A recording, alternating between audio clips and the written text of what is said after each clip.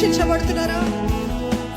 ఎంతగానో హింసించబడుతున్నారా? యేసే నామాన్ని బట్టి, ఆయన నామాన్ని బట్టి మీరు హింసించబడినట్లయితే, దూషించబడినట్లయితే మీరు ధన్యులని నేను వాక్యం తెలియజేస్తాను.